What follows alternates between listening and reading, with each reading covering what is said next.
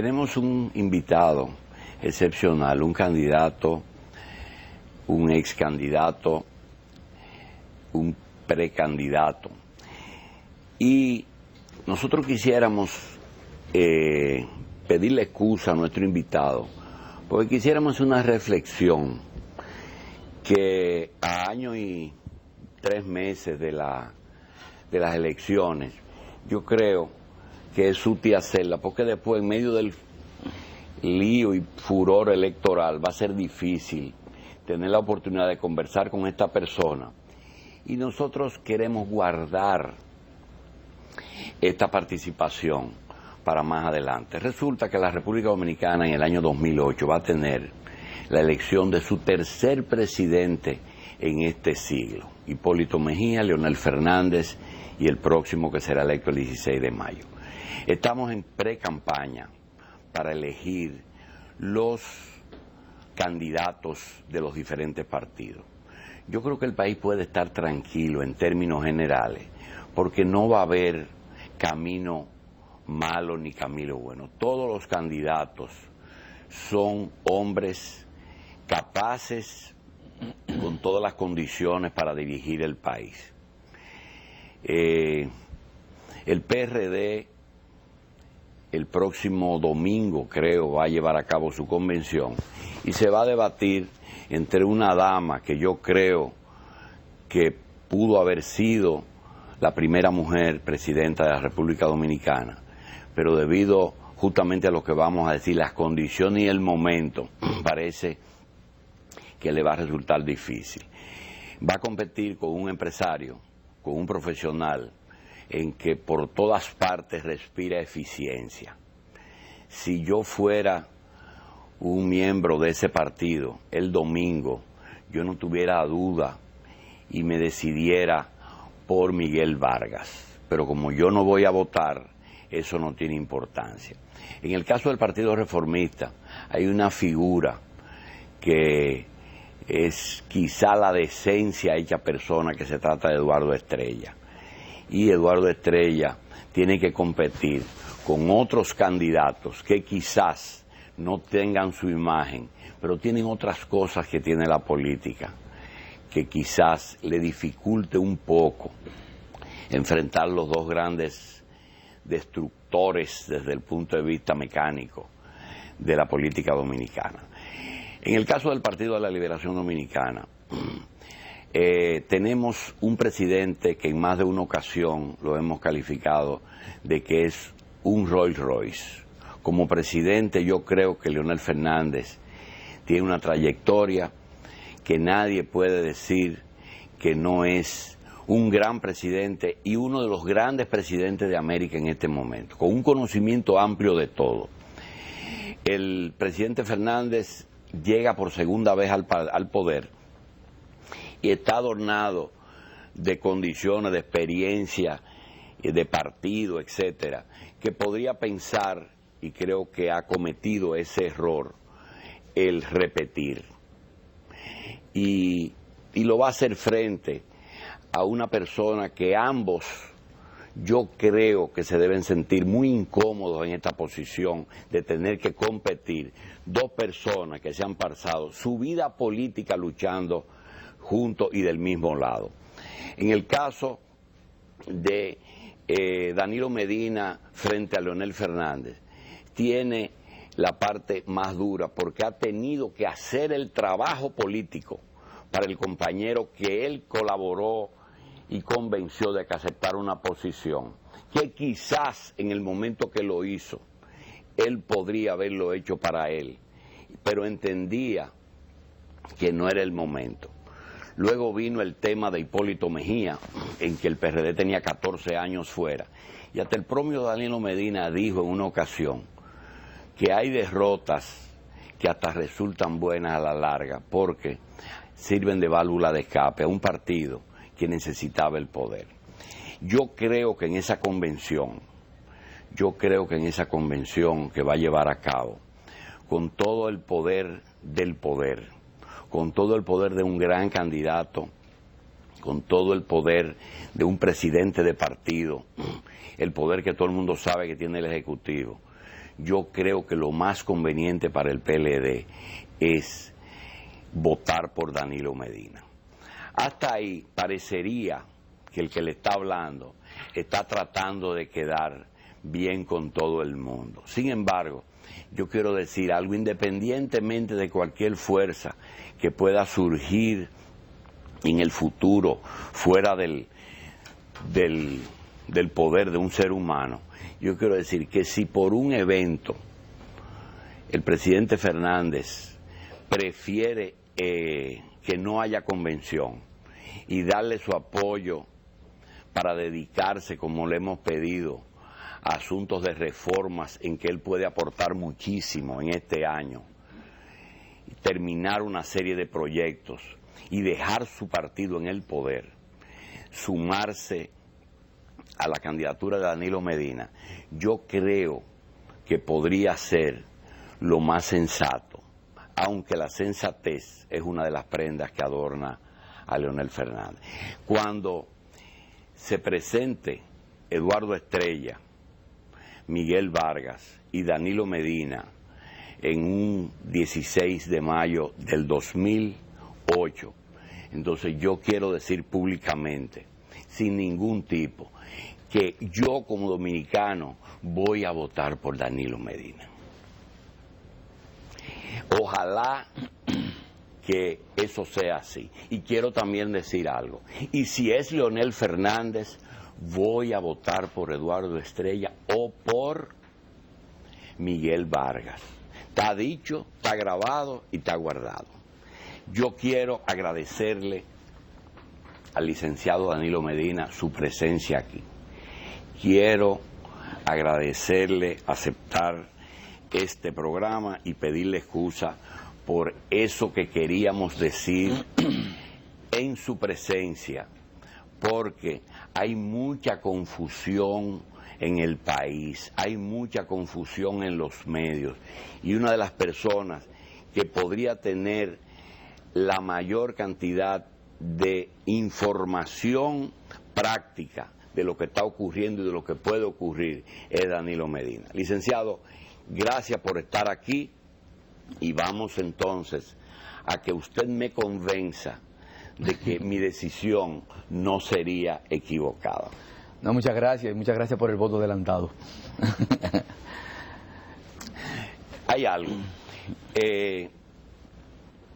Danilo Medina no tiene la visión correcta de la situación. Leonel con el poder lo va a arrasar.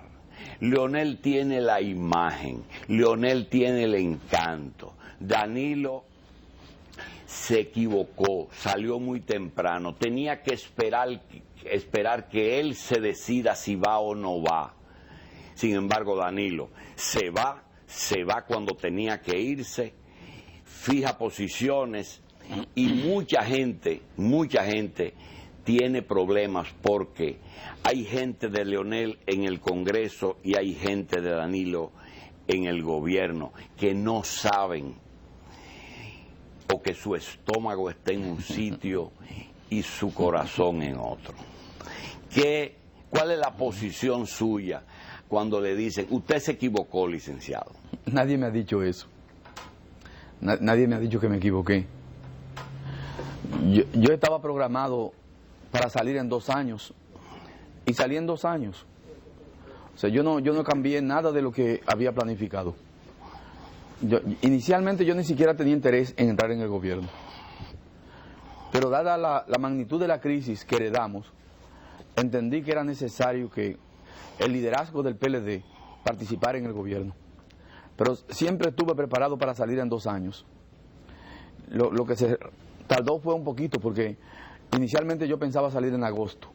Y cuando se habla de agradecimiento, Danilo no ha sido agradecido. ¿Agradecido con qué, por ejemplo? No se lo dicen usted, pero lo dicen algunos PLDistas del gobierno.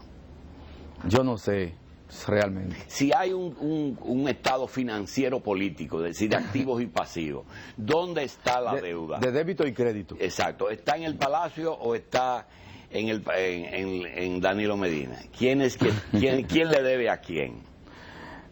Mire, lo que tengan que hacer es evaluación, que la hagan, pero no me luce hacerla a mí. Lo que sí le puedo decir es que no sé por qué se me puede considerar desagradecido, porque la verdad es que tengo toda una vida apoyando al compañero presidente de la República en sus proyectos. Desde que se inició con la candidatura a la vicepresidencia de la República, cuando fue candidato a la presidencia, cuando estuvo en la oposición y cuando volvió a ser candidato a la presidencia. Lo que yo he hecho es servirle de manera desinteresada al presidente de la República. Hay algo que me consta y es que hay trabajos políticos que, aunque no pueden ser calificados de inadecuados, a veces no son muy ortodoxos, y usted le toca o le ha tocado tener que hacer trabajos en favor de las dos candidaturas de Leonel Fernández que quizás él no hubiera hecho para él mismo, y que hoy a usted le están pasando cuenta de cosas que usted hizo para él y esa gente están con él. Eso es así, en algunos casos. Todo lo que hice para el presidente de la República siempre fue transparente. Y no hay nada de lo que yo me tenga... No me refiero a que no sea transparente, me refiero a que cosas, por ejemplo, en las... usted venció a alguien en unas elecciones, eso no es un problema. Jaime David perdió una convención, no me refiero a él. Pero hay personas que pueden pensar que su situación está diferente en el partido por una labor que se hizo desde o a nombre de Leonel Fernández. No, bueno, la política es resultado. Yo probablemente afecté intereses coyunturales de algunos compañeros que aspiraban a posiciones que hoy está sosteniendo dentro del gobierno y del partido el compañero Leonel. Pero casi todas esas personas que fueron afectadas tienen una situación privilegiada en el gobierno, que probablemente no hubiesen tenido si no actuamos como lo hicimos. De manera que yo pienso que todos deben sentirse bien con la conducción que nosotros le dimos al Partido de la Liberación Dominicana en momentos coyunturales en que entendíamos cuál era el camino correcto y lo transitamos.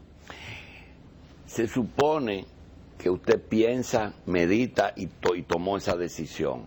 Cuando se decía, Leonel es el único que le gana a la oposición, y usted a pesar de eso tomó esa decisión. ¿Usted cree que usted le gana a la oposición? Ahora, en mayo. En este proceso. No estoy hablando interno. Mire, según las estadísticas de mercado electoral que yo dispongo, la única forma de ganar seguro las próximas elecciones es transitando el camino de la alternabilidad y especialmente con nosotros.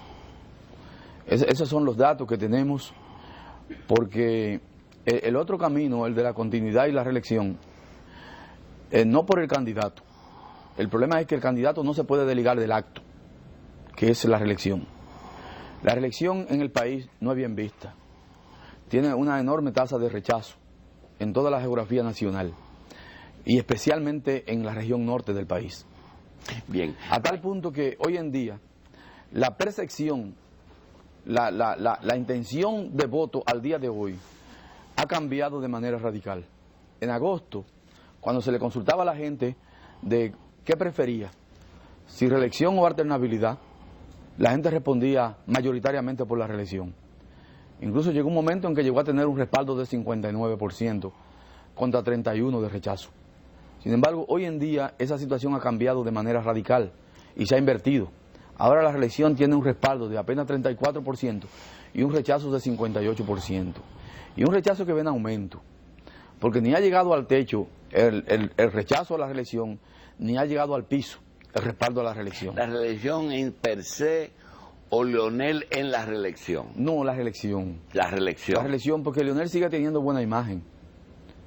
Si su imagen está mermando, es por el hecho de que se le asocia a la reelección, al acto de la reelección, que no es lo mismo que él como persona. Licenciado, hay una situación en que quizás de los candidatos y precandidatos, la persona que yo menos cerca estoy en lo personal es de usted. Yo soy más amigo de los otros candidatos, he tenido más contacto.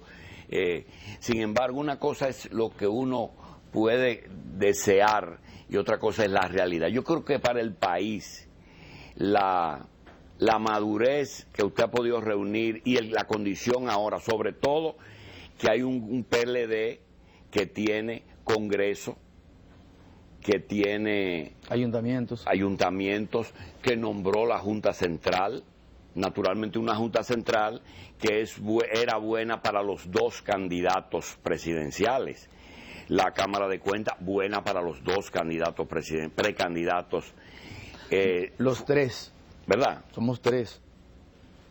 Bueno, los tres. Sí. Entonces, yo quería preguntarle, en el caso de Leonel Fernández y ¿usted visualiza que la dictadura del subalterno, me estoy refiriendo a ese gabinete de chicos malos, como yo le digo, que podrían acercarse a usted en privado y decir, mira, esto es lo que hay, pero ejecutan actos que pueden ir más allá de lo que usted hubiera hecho si tuviera en el poder y la situación fuera diferente? ¿Hay posibilidad de que esa gente que están gobernando ejecuten acciones contra esa candidatura que vayan más allá de lo estimado? Bueno, siempre es posible. Pero usted no está preparado para eso. Ese es el daño de la reelección. Que en países carentes de instituciones sólidas, los funcionarios, queriendo ser simpáticos al candidato presidente, cruzan la barrera permitida hasta donde se puede accionar siendo funcionario y al mismo tiempo siendo correligionario de una campaña electoral. Ese es el riesgo que se corre y ese es el riesgo que está corriendo el Partido de la Liberación Dominicana. Pero en realidad yo no temo a nada de eso. Yo lo único que quiero es que se organice unas primarias transparentes y libres, en la que la base del Partido de la Liberación Dominicana se puede expresar. Y yo trabajaré y estoy trabajando para conquistar el voto mayoritario de las bases del Partido de la Liberación Dominicana. Después, cosas que puedan ocurrir no me quita el sueño, porque estoy preparado para verlas.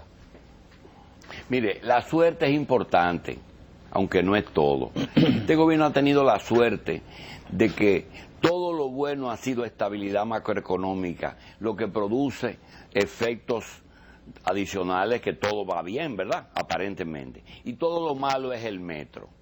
Cuando llegue la convención, que la de ustedes no es ahora, sino posiblemente en mayo, ¿verdad?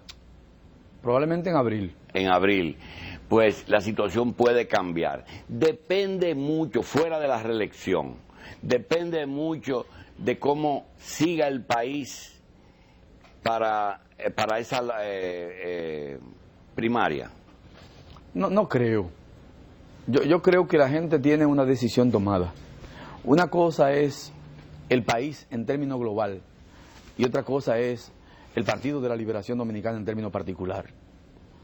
La gente que decide su voto en el PLD y la gente que decidirá su voto en el plano nacional. Bueno. Probablemente se puede entender que tienen los mismos intereses, pero no es así.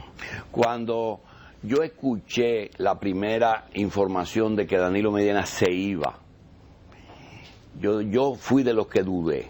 Digo, puede ser un acuerdo, porque así el PLD tenía dos pies, uno en la oposición y uno en el gobierno. Digo, bueno, eso es una bonita jugada. Pero cuando ocurrió, y ocurrió antes de lo esperado, ocurrió en diciembre. En noviembre. En noviembre y no en enero. Entonces, ese fue el primer signo. El segundo fue dos pronunciamientos que usted hizo, que cierran el paso a cualquier tipo de acuerdo. Uno aparentemente sin importancia, pero que pesa mucho, sobre todo en una persona como el doctor Fernández, y es, él oye pero no escucha. Ahí fue el primer paso. Digo yo, bueno, ya esto parece que, porque son verdades, ¿verdad? Y lo segundo es la estabilidad macroeconómica. Una única conquista de este gobierno, la reelección la pone en peligro. Esa yo no la he entendido todavía. Yo interpreto que tiene que ver, que él tiene que hacer gastos, etcétera, y que eso va a romper esa estabilidad. Usted no puede hablar de por qué la reelección puede dañar la única parte buena de este gobierno. Mira, un día, un compañero que está organizado en la circunscripción número 1 de Santo Domingo Este, que hoy es regidor del Ayuntamiento de Santo Domingo Este, me dijo, eso es en el año 99, que cuando se está en la oposición, tú ofreces el cielo y las estrellas, y la gente trabaja para cuando tú ofrezcas el cielo y las estrellas, y tú llegas y le das un pedacito de cielo o le das una estrella. Pero cuando tú estás en el gobierno, la gente quiere que le den la estrella y el pedacito de cielo ahora. O sea, la gente, cuando tú estás en el gobierno, no tiene espera. Un candidato presidente en campaña electoral que asume compromisos con la sociedad, compromisos diversos, si no lo cumple, cuando se presenta a la comunidad que ofreció y que asumió esos compromisos, el presidente no puede volver a ofrecer lo que no ha cumplido. Cuando llega a cualquier tipo de comunidades del interior del país y la gente le dijo, presidente, usted tiene el compromiso conmigo con nosotros de hacernos esta carretera. Incluso nos llevó al Palacio Nacional y nos dijo que había una partida presupuestaria para hacer esa carretera. ¿Qué tú crees que va a hacer el presidente? ¿Ofrecerla de nuevo? No, hacer la carretera. Comenzar a hacerla. Aunque sepa que no tiene la posibilidad de terminarla, tiene que comenzar a hacer la carretera hasta que pasen las elecciones. Y eso va a ocurrir en todos los puntos del país. ¿Y hay muchas ofertas en ese sentido? Muchísimas. ¿Usted estaba ahí? Sí, yo estaba ahí. Nosotros tenemos compromiso. ¿Y eso se puede llevar a la estabilidad? No, lo que quiero decir con eso es que si el presidente fuese candidato, en el momento en que las comunidades le demanden lo que ya le ofreció, está obligado a comenzar a hacerlo, pero sucede que esas obras no tienen partidas presupuestarias. Y como no tienen partida presupuestaria, y el presidente está en la obligación, si quiere que su candidatura tenga éxitos, de comenzarla, tendrá que comenzar a utilizar recursos que no están en el presupuesto. Pero yo no le puedo... Y eso es lo que obliga a una expansión del gasto. Eso sí. obliga a una expansión del gasto. Y una expansión del gasto lleva a una pérdida de la estabilidad fiscal. Y una pérdida de la estabilidad fiscal inicia el proceso de ruptura de la estabilidad macroeconómica. Cuando usted hizo la campaña para senadores, diputados, síndicos y regidores, ofrecieron y esos diputados quieren, inclusive el primer lío fue con el presupuesto de las ONG. Los diputados, los senadores y los síndicos no ofrecen nada. Pero el gobierno para ganar esas elecciones lo ganó Coca. No, pero el presidente no tuvo que enfrentarse a las comunidades ni a buscarle voto a nadie. El presidente lo más que hizo fue, en una campaña de 15 días, del 1 de mayo al 15 de mayo, al 13 de mayo, salir en caravanas por el país a saludar gente.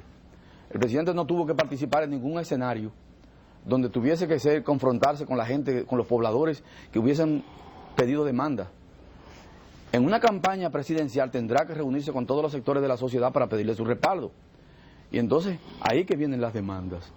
Las demandas que ha podido cumplir, porque debo decir en su defensa que el presupuesto nacional no alcanza para cumplir con todas las demandas pendientes de ejecutarse en las poblaciones.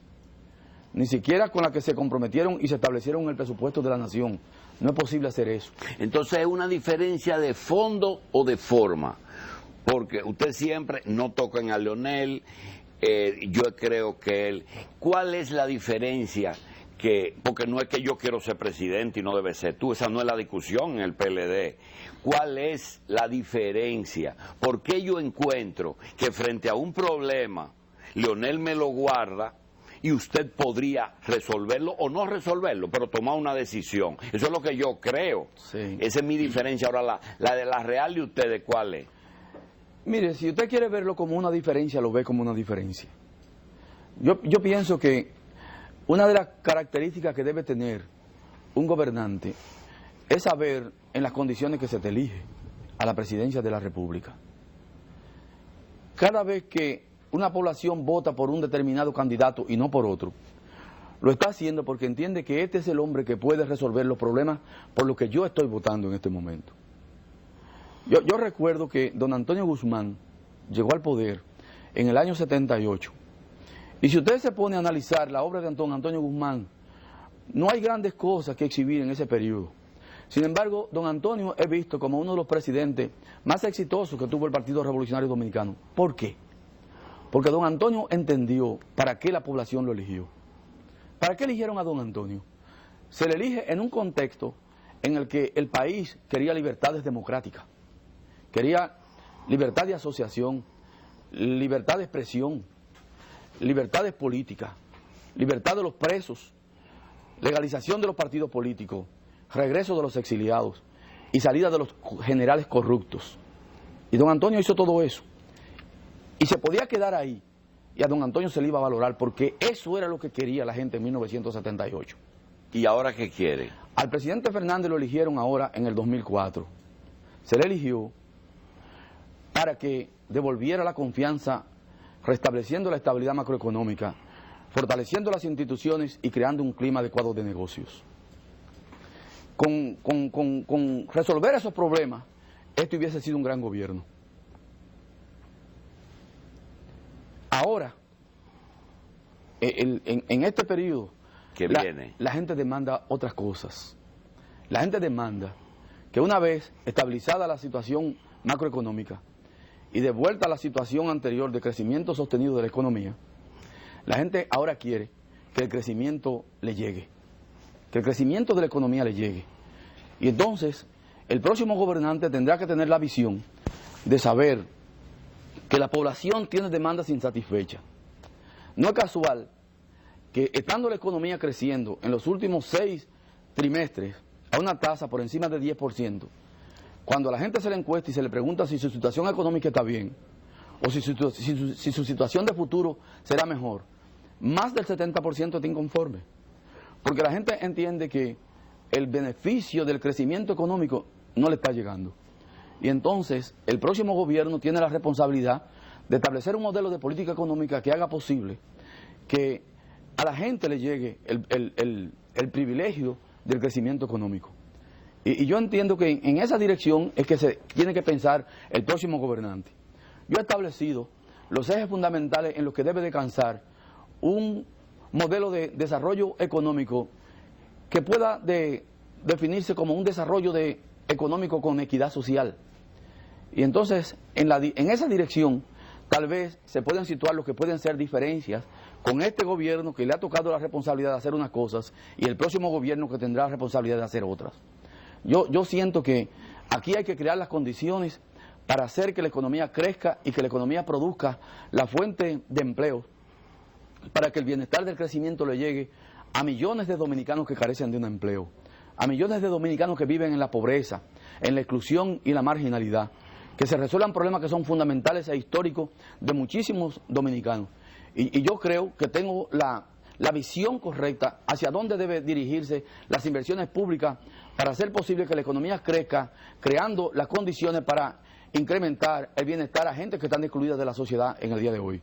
Hay muchas cosas que pueden cambiar cualquier programa de gobierno. Todo el mundo sabe que todos los programas de gobierno le cambian la fecha y le ponen una que otra cosa. Sin embargo, la época es difícil. Y cuando se dice salud, educación, recursos naturales, inversión en la gente, ya el dominicano que vota es más inteligente que eso y detecta inmediatamente un discurso demagógico. Hay que hablarle en vez de macro, micro. Es decir, ¿qué tú vas a hacer para cobrarme impuestos y yo poder producir para pagarte los impuestos? Porque hasta ahora solamente un lado es que ha producido. Cómo llenar el presupuesto, cómo cumplir ahora lo otro, cómo se desarrolla. Todo el mundo sabe que el crecimiento tiene que ver con las telecomunicaciones y que esas telecomunicaciones tuvieron que ser obligadas a pagar impuestos, que en un acto casi de valor. Sin embargo, hay una serie de ataduras a las que se enfrenta un candidato que da la sensación de que todo el mundo es más de lo mismo. Y te decía, yo sí sé cómo invertir. Si usted dice, no vamos a pagar la deuda y no vamos a coger prestado, muchísima gente en los organismos internacionales se queda sin empleo. Entonces ellos no están interesados en que estos países saneen su economía, porque ellos son abogados de esos casos. Si tú coges el asunto de de eliminar, por ejemplo, la Dirección General de Impuestos Internos. Vamos a quitar todos los impuestos y a poner un impuesto único. Y que, no, espérate, eso es una maquinaria que tú no puedes desmontarla, porque de ahí vive muchísima gente, y muchos contadores, y muchos auditores. Entonces, todo eso choca con interés. El Tratado de Libre Comercio. El Tratado de Libre Comercio tiene que tener algo que a nosotros no nos conviene, porque al otro le interesa demasiado. Licenciado, los intereses de los diferentes sectores, pueden dañar una obra de gobierno o un programa de gobierno. Hoy los hombres de empresa eligen una magnífica directiva, preciosa directiva, pero tiene un componente. La anterior presidenta producía energía y el actual dirige el plan de remodelación de Sanssouci. Eso pone a uno a pensar que el sector empresarial, los Estados Unidos, la misma iglesia,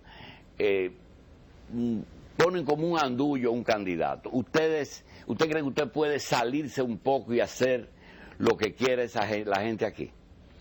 Mire, el empresariado dominicano ha madurado mucho. Y puede ser que queden todavía empresarios que tienen cifrado su accional en función de cosas que puedan sacar del Estado dominicano. Pero hoy en día, y cada vez más será así, los empresarios lo que buscan es un gobierno que sea su aliado en la creación de un clima de negocio adecuado para hacer sus inversiones. Y un gobierno tiene que tener conciencia plena de que no hay inversiones si no hay renta. Que todo el que decide invertir sus capitales está detrás de renta. Y eso es una cuestión natural de todo el que tiene capital y lo quiere invertir. Un gobierno lo que tiene que tener una visión hacia dónde quiere dirigir el país. Y yo tengo esa visión. O sea, yo tengo claro los ejes de desarrollo nacional en que el próximo gobierno del país tiene que dirigir su accionar. Yo siento que en el país hay que trabajar de manera simultánea en varias áreas.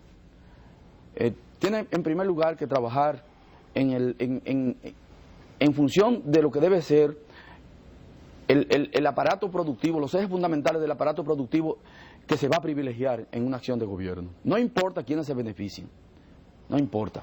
En segundo lugar, tiene que establecer cuáles son las condiciones que se tienen que crear para crear un mercado, un entorno de negocio adecuado para que esos ejes de la producción fundamentales puedan desarrollarse. Y entonces tú tienes que trabajar en lo que debe ser un nuevo modelo de política tributaria en el país. Y en tercer lugar, entonces, cómo combinar esas dos políticas para hacer posible que tú puedas hacer que el crecimiento de la economía llegue a los que están excluidos, creando empleos, creando fuentes de trabajo para que nosotros podamos ampliar ese mercado interno. En República Dominicana tenemos un mercado de consumo sumamente limitado. Tenemos una población de más o menos 8,5 millones de dominicanos, de los cuales un porcentaje altísimo se encuentra en un estado de exclusión. De tal manera que tal vez la mitad de esa población reciben ingresos para mantenerse ellos y mantener la otra mitad de la población que no tiene ningún ingreso. Entonces tú tienes que ir creando las condiciones para hacer posible que ese segmento de la población que no demanda bienes y servicios comience a demandar bienes y servicios para que tú impulses el resto del aparato productivo nacional. Porque no es posible desarrollar un país con un mercado tan limitado a menos que tú no tengas un fuerte vínculo con el mercado exterior. Entonces, yo he establecido, yo estoy preparado para establecer hacia dónde vamos a dirigir las inversiones públicas, las acciones del gobierno para hacer posible que se cree ese marco que impulsen el aparato productivo nacional. Pienso que hay 4 ejes fundamentales en el que el gobierno debe trabajar. Número 1, turismo. Número 2, agropecuaria. Número 3, MIPYMES. Y 4, industria. Y yo quiero, si me permite, explicarte cómo quiero yo dinamizar esos 4 sectores de la economía. Porque eso es lo que tiene que tener pendiente un gobernante. República Dominicana tiene el privilegio de tener hoy un sector turístico pujante, que no ha llegado ni siquiera al 50% de lo que es su potencial de desarrollo. En República Dominicana estamos ahora mismo recibiendo... Pero no estamos saturados. No, para nada. En República Dominicana estamos ahora mismo recibiendo aproximadamente 3.6, 3.8 millones de turistas al año. ¿Es suficiente eso para desarrollar el mercado de consumo en República Dominicana? No. ¿Tenemos posibilidad de incrementarlo? Total. Entonces, el papel del gobierno, tan pronto comience la nueva administración, es pactar con el empresariado nacional, especialmente el que está ligado al sector turismo, con los partidos políticos, un acuerdo de largo plazo, de alrededor de 10 años, para hacer posible que a la República Dominicana, en vez de tener 3.6 o 3.8 millones de turistas en el país, lo llevemos a 10 millones de turistas. Y en el momento en que llevemos el número de visitantes a 10 millones, vamos a duplicar la población dominicana y vamos a tener entonces 20 millones. Sí, pero antes de que usted pase a otro sector. Déjame darte la idea. Turismo. ¿En turismo? Turismo, déjame darte... No, en la población en general. No, me refiero... Usted va a seguir con turismo. Déjeme terminar la idea. Si nosotros logramos pactar eso, aquí se va a duplicar la población de 10 millones de dominicanos y 10 millones de visitantes. Tendríamos la posibilidad de producir para 20 millones. Ya un mercado de consumo de 20 millones es totalmente diferente a un mercado de consumo de 3.8, de 5 millones, totalmente diferente. Aquí hay muchas empresas instaladas en el país que ni siquiera pueden producir a su capacidad instalada porque el mercado no lo permite. Entonces, tú con turismo, en esas condiciones, y sabiendo que turismo es el sector que tiene el mayor nivel de eslabonamiento productivo hacia adentro, porque turismo tiene la capacidad de encadenarse con el resto de la economía nacional de manera fundamental. Más que la remesa. Más que la remesa, más que todo. La remesa es simplemente un dinero que llega para gastarlo. Turismo enlaza al resto. Si crece en el número de habitaciones, se dinamiza la construcción. Entonces, si nosotros decimos, vamos a tener aquí en vez de 3.6, 10 millones, el país se va a planificar para duplicar el número de habitaciones hoteleras. Y entonces vamos a dinamizar el sector construcción, que es el sector por excelencia para crear empleos inmediatos.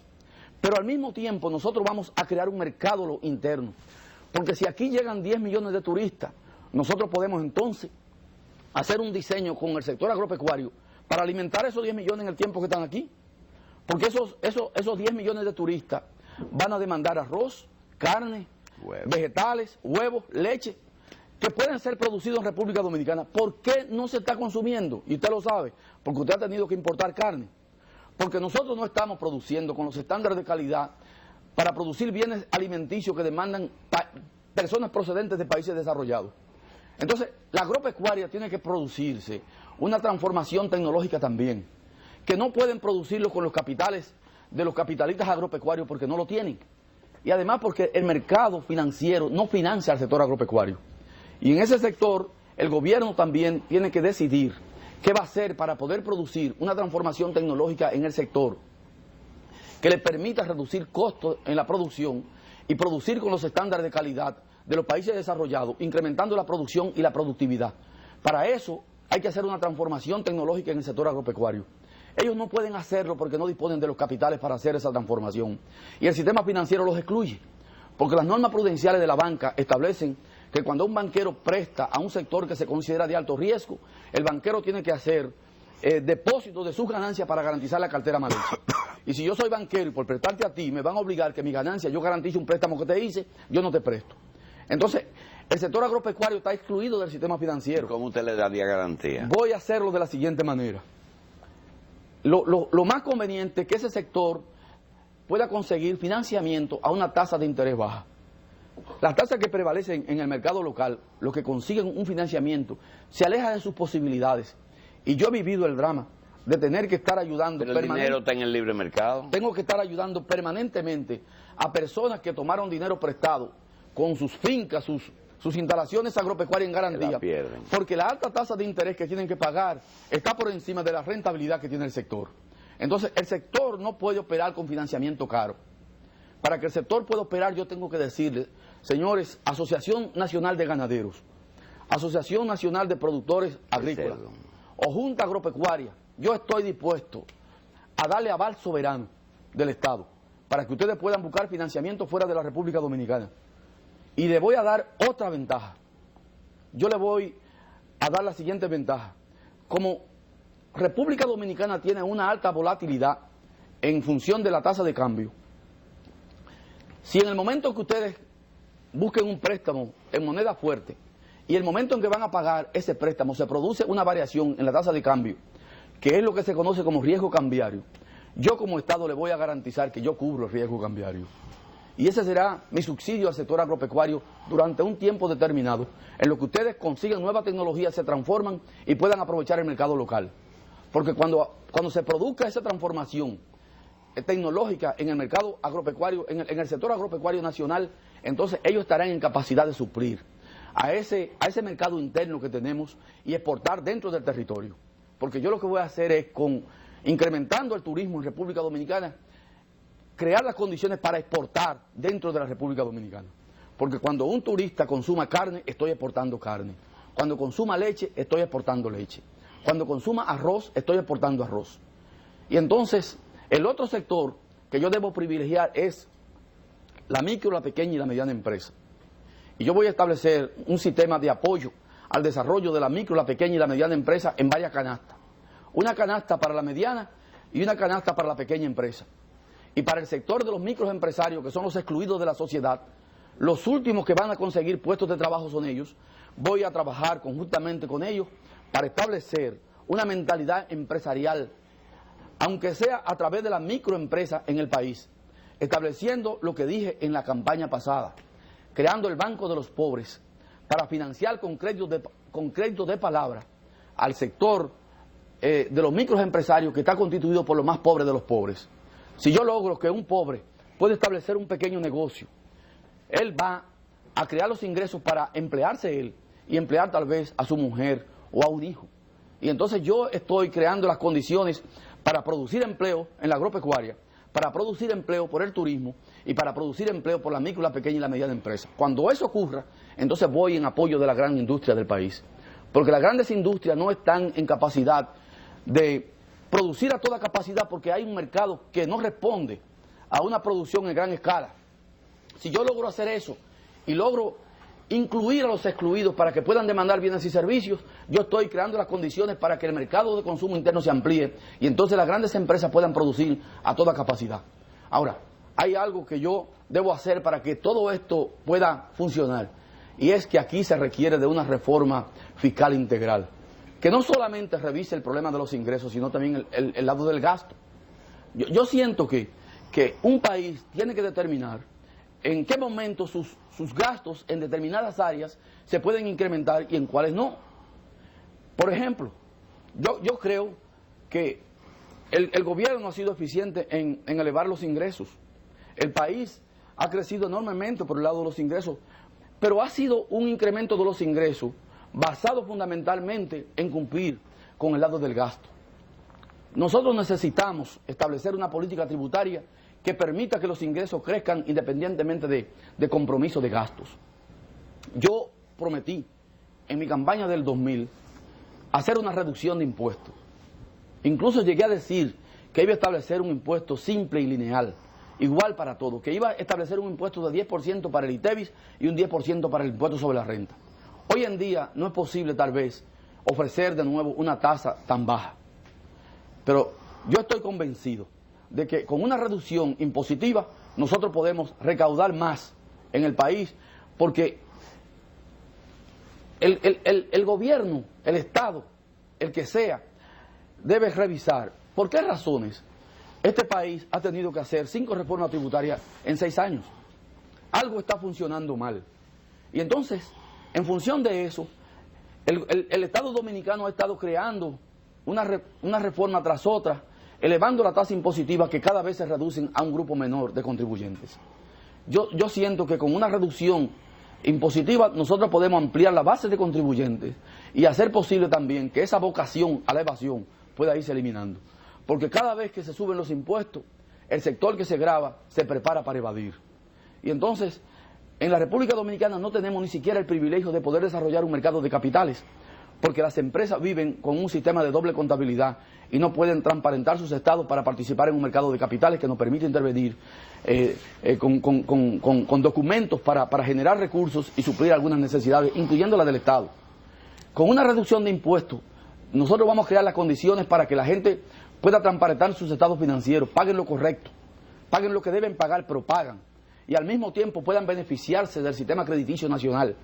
Yo vi en estos días que un titular de un periódico que establecía: empresarios dominicanos quieren mayor apoyo financiero, pero sucede que los bancos están llenos de dinero, que no pueden tomar los prestados, porque ahora mismo la banca está prestando al comercio y a sectores que pongan algunos bienes en garantía, como venta de vehículos y venta de apartamentos. El dinero para incrementar la producción nacional está lejos de los productores, porque las nuevas normas prudenciales establecen el depósito de estado financiero creíble tanto para la renta como para los bancos. Y la gente como tiene dos estados financieros, históricamente había estado buscando dinero, depositando un estado en la renta y un estado diferente en la banca. El estado que tú deposites para buscar dinero prestado ahora en la banca tiene que ser el mismo estado que se deposita en la renta. Entonces tú tienes que crear las condiciones para que la gente no esté en ese dilema, pueda transparentar sus estados, podamos desarrollar un mercado de capitales y podamos incluso desarrollar una bolsa en el país. Yo quiero trabajar en esa dirección, y yo siento que haciéndolo en esa dirección vamos a crear los empleos que requiere la economía y vamos a impulsar ejes fundamentales para el desarrollo nacional, porque nosotros necesitamos un Estado que pueda generar ingresos suficientes para poder invertir en políticas sociales. Nosotros no podemos vivir de espaldas la realidad que tenemos en educación, en salud, en seguridad social y en vivienda. Y un Estado responsable no puede vivir de espaldas esa realidad. No puede vivir de espaldas a saber que en la República Dominicana tenemos cientos de miles de compatriotas que viven en condiciones miserables. Veamos el caso de los ancianos pobres del país. Aquí hay 600.000 envejecientes pobres en la República Dominicana, carentes de un régimen de seguridad social que los protege en medio de la vejez. Esos viejos están por ahí viviendo en la angustia y en la desesperanza. ¿Cómo es posible que un hombre entregue su vida, dé su fuerza de trabajo al país, y cuando llegue el momento de retiro se le convierte en un infierno? Porque en su retiro no tiene asegurado un régimen de salud que le permita tener acceso a la salud cuando se enferma, o un régimen de pensiones que le permita asegurar las cosas indispensables para vivir. ¿Cómo es posible que tantos niños, hijos de madres solteras pobres, no tengan un Estado que se preocupe por garantizar su educación? Si el Estado no auspicia que tantos niños, hijos de pobres, se eduquen, lo vamos a condenar a estar encadenado a la pobreza de por vida. Y nosotros tenemos la responsabilidad de romper esa cadena que ata a los niños, hijos de pobres, a vivir siendo pobres. Porque si no se educan, van a ser tan pobres en el futuro como sus padres. Pero ¿qué está pasando con tantos dominicanos que viven por ahí, en casitas inservibles, en casitas todavía con piso de tierra, con paredes y techo de zinc, o paredes de teja maní, viviendo como si fuesen animales en condiciones paupérrimas? Esa situación debe ser superada, y no es posible superarla si tú no incrementas la producción interna del país, creando las condiciones para que el sector empresarial, que es el que tiene que crear las condiciones para crear los empleos que se requieren, pueda ser apoyado con una política clara y definida del Estado. Bien, licenciado, oyéndolo nos dice, bueno, pero eso es turismo, duplicar la oferta, te va a producir riquezas, los dominicanos van también a trabajar y a rendir, tienen que suplir los sectores agropecuarios, aval soberano. Es decir, para el proyecto no hay que buscar dinero, sino dejar que se desarrolle el proyecto el turismo y darle apoyo. Ayudar. Muy bien, y es vertical, es decir, comienza con el campo, producción, financiamiento, y que se vayan afuera a buscar dinero barato. El Estado lo financia. Pero no, el Estado no lo financia. El Estado lo avala, perdón. No el lo Estado financia, lo avala, no porque lo aval financia. soberano es aval. Es deuda externa, inclusive. Sí, lo es es. deuda externa, pero está muy bien, porque para que sea para bono soberano, que sea para los trabajos, para el campo. Bueno, es peor coger el bono para hacer No, contentos. estoy de acuerdo. Ahora, las preguntas son las siguientes. 1996 a 2000 y 2004 hasta donde estamos. Yo recuerdo algunos episodios en que en algunas noches habitantes de la Francisco del Rosario Sánchez, que lo conocen a ustedes por su militancia PLDista, vieron al presidente de la República y a su amigo y secretario de Estado Danilo Medina andar de noche viendo esos pobres, por lo que ustedes han hecho tantas promesas, y la frustración de no poder resolver el problema a esos pobres, ¿verdad? Por otra parte, me habló de crecimiento. El mejor ejemplo era aquel famoso ejemplo de un ciudadano que decidió trabajar en comida y empezó a abrir restaurantes en el gobierno de Leonel Fernández. Y luego, la mejor muestra de lo que era crecimiento fue el cierre en el gobierno del PRD, pero el problema es que ha seguido en el gobierno del PLD, todos los cierres. Y yo pregunto, ¿ese es otro Danilo? ¿O dónde estaba Danilo cuando fue a Washington, cuando se junta con su amigo y compañero? Mira, para tomar la medida de lavar soberano, lo que hay que tener es una reunión y decirle a Héctor Valdés, mira, busca los papeles que resuelvan. ¿Por qué eso no se hace? Y si se lo hacen ahora, le dañan el programa de gobierno. No, para nada. Y no lo van a hacer, seguro. Para nada, no, porque lo hagan, ojalá lo hagan. ¿Y usted cree que yo estoy casado con Gloria para Danilo? No. Yo quiero, mire, Julito, yo quiero hacer de la República Dominicana el paraíso de la clase media. Yo quiero trabajar para construir una clase media inmensa en este país. Porque si tú quieres saber por dónde anda un país, pregunta por el tamaño de su clase media. Cuando yo estoy hablando de que voy a tratar de que el crecimiento se derrame, que llegue a los que menos pueden, lo que estoy tratando de incorporar gente pobre a convertirlo en clase media. Porque lo que quiero es incrementar el tamaño de la clase media.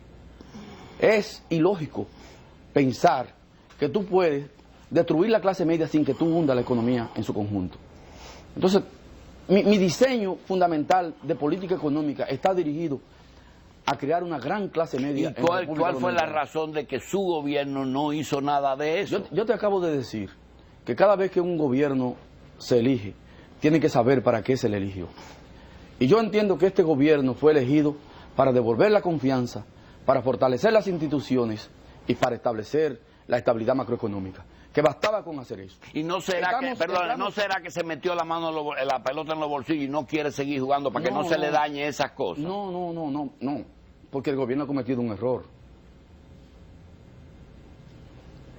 Bastaba con que nosotros saneáramos la economía y este país iba a aplaudir al Partido de la Liberación Dominicana por haberle devuelto la confianza, por haberle devuelto la estabilidad y provocar el crecimiento que estamos viviendo. El problema es que hemos comenzado a gastar como si la economía estuviese sana. Esta es una economía que hemos dicho que viene de una crisis y que estaba en una sala de cuidados intensivos y le hemos pasado a la sala de recuperación.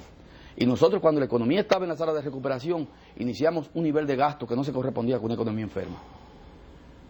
Yo pienso que bastaba con consolidar esta conquista que estoy hablando de estabilidad macroeconómica, saneamiento de la economía, fortalecimiento de las instituciones y entonces ir al nuevo programa que debe hacer el segundo gobierno en este periodo del Partido de la Liberación Dominicana. Hace muchos años en reuniones del PLD, vanguardia, las ideas, la filosofía del profesor Bosch, a veces hace que se pierdan algunas experiencias. Usted dice, el empresario dominicano preparaba 2 estados financieros, uno para la renta y otro para el banco. No, preparaba 4 estados.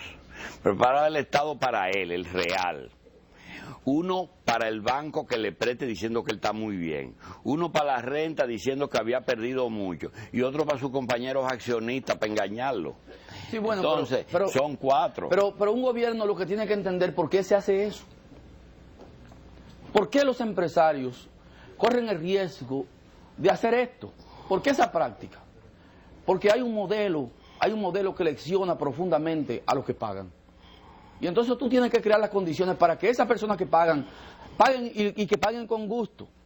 Lo que yo estoy diciendo no es un invento. Rusia quebró su sistema fiscal y su sistema tributario. Y en Rusia, en vez de hacer una reforma para incrementar la tasa y cobrar más, lo que hicieron fue que bajaron la tasa. Y cuando bajaron la tasa, el sistema tributario respondió. En el primer año crecieron un 24% y en los 3 años siguientes duplicaron los ingresos de Rusia. Empiezan a coger prestado para cambiar los dólares. No, en Irlanda se hizo lo mismo. Irlanda pasó a ser una economía del tercer mundo, a ser una de las economías con mayor ingreso per cápita, porque el final de cualquier modelo de política económica es el bienestar de la gente.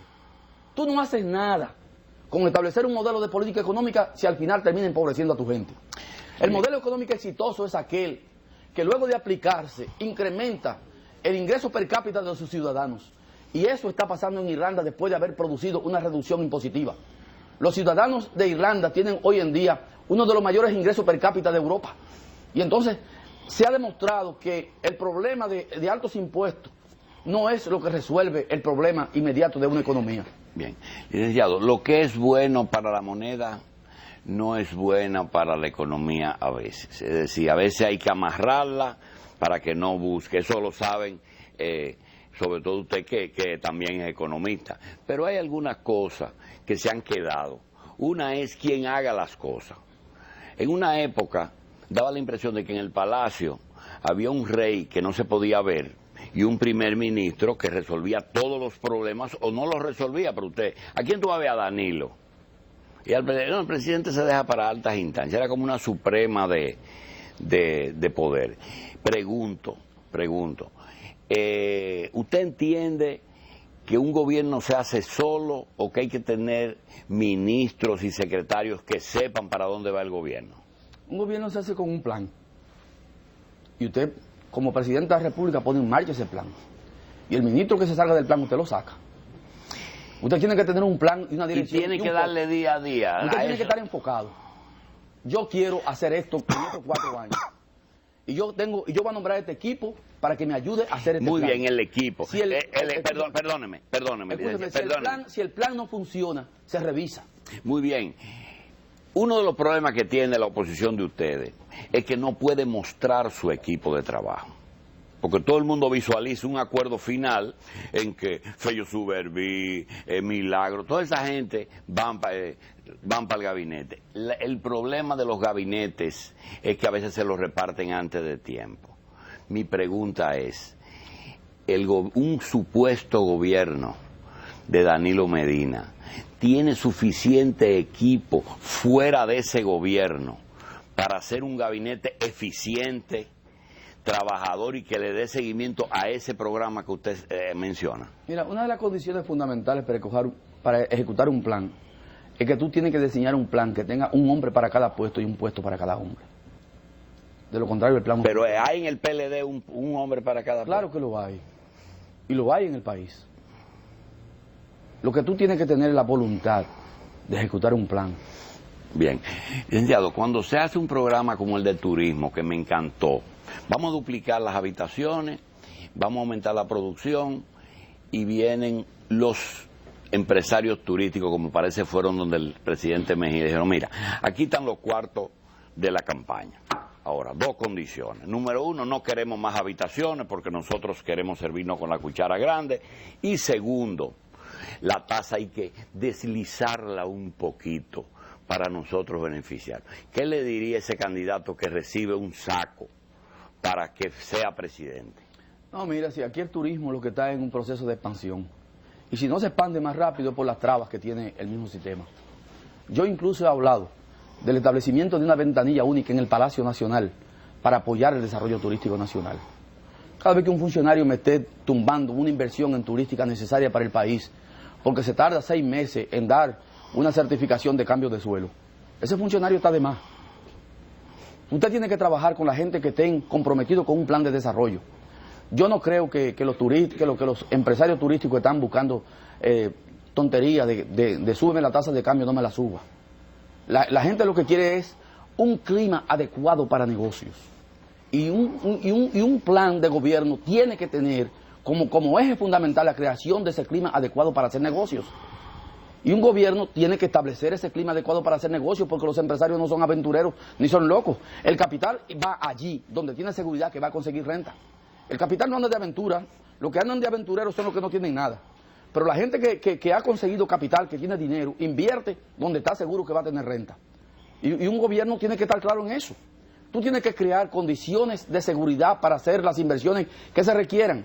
Y al mismo tiempo tienes que estar en capacidad para saber cuáles son inversiones extranjeras buenas e inversiones extranjeras malas. Porque también eso hay que verlo. Yo veo una locura por las inversiones extranjeras, pero tú tienes que saber distinguir cuándo una inversión extranjera beneficia al país y cuándo no le beneficia. Eso hay que tenerlo en cuenta también. Bien, yo sé que en un cierre de campaña, en un debate entre usted y Miguel Vargas, el país va a entender quién tiene la solución práctica de las cosas. Ahora, el problema no es el PRD ahora, el problema es el Partido de la Liberación Dominicana. ¿Quién tiene los organismos de una organización tan difícil como esa, pero que usted la conoce más que el presidente del partido? Segundo, el gobierno es el gobierno y el presidente lo sabe. El dolor más grande que tiene Leonel Fernández es que usted lo ha puesto a trabajar demasiado, porque ahora tiene que hacer el trabajo de él y el suyo. Lo tercero es el gabinete, ese gabinete ávido de operaciones, de negocio, de metro, de todas esas cosas. Está dispuesto a echar el pleito con usted y con quien sea. Y el Congreso, con esas cosas que usted le dice a su gente sigan, o cuando alguien viene y le ofrece una obra pública para que cambie de bandería a ese diputado. La pregunta es si todo eso está bien. Energía, ¿la misma política de este gobierno o usted tiene alguna formulita? Mire, ese es un tema engorroso, porque ese es el otro tema en el que hay que trabajar. No es posible desarrollar el país con un sistema energético malo, deficiente, precario y caro. El gobierno entrante tiene que, iniciando el gobierno, si en estos 2 años que quedan, estos meses que quedan, año y medio o año y 8 meses que quedan de gobierno, no se pone en marcha un plan que vaya en la dirección de resolver el problema de energía, el próximo gobierno tiene que implementar un programa en esa dirección que resuelva de golpe y porrazo el problema energético del país. Yo tengo algunas propuestas que en su momento haré al país, bien, de cosas que se deben hacer en el sector, pero yo espero que nuestro gobierno pueda comenzar a resolver ese problema y ojalá que puedan tener el éxito que la sociedad demanda de cualquier plan que vaya en la dirección de resolver ese problema, porque no se puede hablar de desarrollo nacional, no se puede hablar de competitividad con este sistema deficiente, precario, malo y caro. Yo creo que hasta para usted es difícil en su propia familia referirse al presidente, porque tiene que estar diferenciando el amigo, el compañero, pero hay alguna cosa que es la política y hay que darse cuenta que es una diferencia que no es personal, es una diferencia de hacer las cosas. El presidente, ¿qué debe entender en este momento si usted tiene la oportunidad de razonar con él? Debe entender que la búsqueda de un tercer periodo le va a hacer mucho daño. Daño al partido, daño personal a él y daño al país. Que él no tiene necesidad de terminar mal. Él ha hecho 2 gobiernos, un primer gobierno muy bueno, un segundo gobierno que puede ser todavía... Y está bueno tiempo también, sin doblar el brazo. Tiene tiempo y no quedaría mal diciendo, no, yo... ¿Por qué? Si él no ha dicho públicamente todavía que... Hoy dijo que el león se soltó, ¿cómo que sí, no bueno, dijo públicamente? Tiene el apetito. Ya, hasta ahora, hermano. Lo tiene y ha dado las señales de que quiere comer. Bien, pero no más de ahí. No ha comenzado a comer todavía. Bien. ¿Usted cree que eso, si él lo hace, lo beneficia o lo perjudica? ¿A quién? A usted. ¿Si hace qué? Si el presidente cede, dice, yo me sumo a la campaña de Danilo Medina, ¿lo beneficia? Pero ven acá, Julito. Le estoy preguntando. Vamos a suponer que él diga, me convencieron, yo estaba equivocado, estoy con Danilo, ¿qué pasa? Si eso ocurre, yo soy presidente de la República. Porque el único obstáculo que yo tengo para ser presidente son las primarias internas. Pero yo estoy absolutamente convencido de que yo no pierdo estas elecciones. Y esa gente que están, y todas esas primarias que están por decreto, que van a votar por su cargo, ¿qué usted le va a decir? ¿Que cojan la fondita y que voten moradito? Mira, Julito, lo que pasa es que tenemos un error de creerse que aquí todo el mundo es empleado público. El PLD tiene 1.200.000 personas en su matrícula. Y probablemente, siendo muy generoso, debe haber 90.000 miembros del PLD trabajando. Hay más de 1 millón de compañeros que tienen derecho a votar que no están en el tren gubernamental. No se estén creyendo que aquí todo el mundo es empleado público. ¿Por qué se decía que el Congreso era de Danilo y los decretos son de él? Sin embargo, ese Congreso ha complacido en todo a Leonel Fernández. Porque el PLD es único. Nosotros no somos pandillas en el PLD, en el que yo me atrinchero en el Congreso y el presidente se atrinchera en el Poder Ejecutivo. El PLD es único y tiene una dirección colegiada que es el Comité Político. La fracción parlamentaria del Partido de la Liberación Dominicana la dirige el Comité Político. Y esa fracción parlamentaria obedece a las directrices que emanan del Comité Político. Y nosotros no estamos locos para entrar en un problema de indisciplina dentro del partido que lleve al traste con la destrucción del Partido de la Liberación Dominicana. Nosotros lo que queremos es un partido fuerte y sólido, con una sola visión, porque eso es lo que hemos vendido al país y eso es lo que tenemos que seguir defendiendo. Independientemente de que usted pueda tener mayor o menor simpatía en el Congreso, mayor o menor simpatía en los ayuntamientos. Hay líneas que son fundamentales, que son de partido y todo el mundo tiene que obedecerlas. Bien, va a ocurrir que después de la convención del Partido Revolucionario Dominicano y antes de la convención del Partido de la Liberación, va a haber un proceso de reforma constitucional a la que yo he propugnado porque Leonel Fernández la dirija sin ser candidato, porque así no tiene que andar en la jipeta y no tiene que hacer, sino ocuparse de Agripino y esas cosas con opinión. ¿Usted tiene algunos asuntos que considera que son importantes que tomen en cuenta en esa reforma? Mire, lo primero es que hay una comisión presidencial sí, pero usted que está trabajando en el muñeco de esa reforma. Y esa comisión está consultando a la población. Yo me imagino que una vez termine la consulta a la población, se va a consultar al liderazgo político nacional. Porque no es posible pasar una reforma sin llegar a un acuerdo entre las fuerzas políticas del país. Y el PLD es un eje fundamental. Al PLD todavía no se le ha consultado del contenido de esa reforma. Bueno, eso es lo que pasa, no se le consultó al Congreso, Reinaldo Pared lo dijo, y ahora usted dice que al PLD no se le ha consultado oficialmente. Pero no se ha enviado al Congreso. Pero no hay que primero oír deje que agoten el primer nivel de esa reforma. Me imagino que el segundo nivel debe ser los partidos y el tercer nivel el Congreso. Ya, usted dijo ahora mismo que el PLD no es una pandilla. ¿Usted no cree que al PLD le corresponde hacer una reforma de una constitución que no haya que ponerle la mano en mucho tiempo? Yo creo que sí. Y le corresponde participar en el diseño de esa reforma. O sea, esa reforma tiene que pasar por los partidos políticos. Porque tiene que pasar por los tres partidos. Porque un solo partido no tiene la matrícula suficiente para imponer una reforma. Se necesita de un voto cualificado para evacuar la ley que ordena la convocatoria de la Asamblea Revisora, y en esa ley, que se pasa con las 2/3 partes de la matrícula que nosotros no tenemos, se tiene que establecer los puntos que van a ser discutidos en la reforma. Y por tanto, hay una discusión previa que no se ha dado, que tiene que ser con los partidos políticos, y debe darse. Y yo sé que se dará, porque no es posible pasar esa reforma sin consultar a los partidos. Bien, yo creo que nos quedan la reforma y la energía. Yo creo que el candidato precandidato presidencial Danilo Medina nos va a prometer volver antes de la convención del PLD para que nos hable de esas dos cosas. Agradecemos muchísimo que nos trató todos los temas y sobre todo asuntos que confirman nuestra convicción. Gracias. Y muchas gracias por mi apoyo y mi voto adelantado. Bueno, lo reitero, ahora, que no cambie. Digo, y que no cambie tampoco. No tiene por qué cambiar. Sí, yo sé que no va a cambiar. Porque yo estoy muy claro, a menos que... Además, no lo voy a defraudar. Ese es el punto. No lo voy a defraudar. ¿Verdad? Si tengo la oportunidad y el privilegio y la ayuda de Dios de conquistar la presidencia de la República, este país no se va a arrepentir de haberme dado su apoyo. Yo quiero decirle algo. Oí un seguidor suyo que dijo algo y quiero decirle que esa no es la esperanza de mucha gente. ¿Cuál es? El de que si ganamos, ganamos. Había un seguidor suyo que es muy efusivo, sobre todo en el play, que dice, si ganamos, ganamos. Da la sensación de como que los gobiernos tienen que ser agradecidos. Yo creo que no, porque eso no es lo que quiere decir con eso. Lo que quiere decir que con una victoria nuestra gana el país. Ya. Muy bien, entonces eso es una interpretación correcta. Licenciado, gracias por estar aquí. Gracias a usted.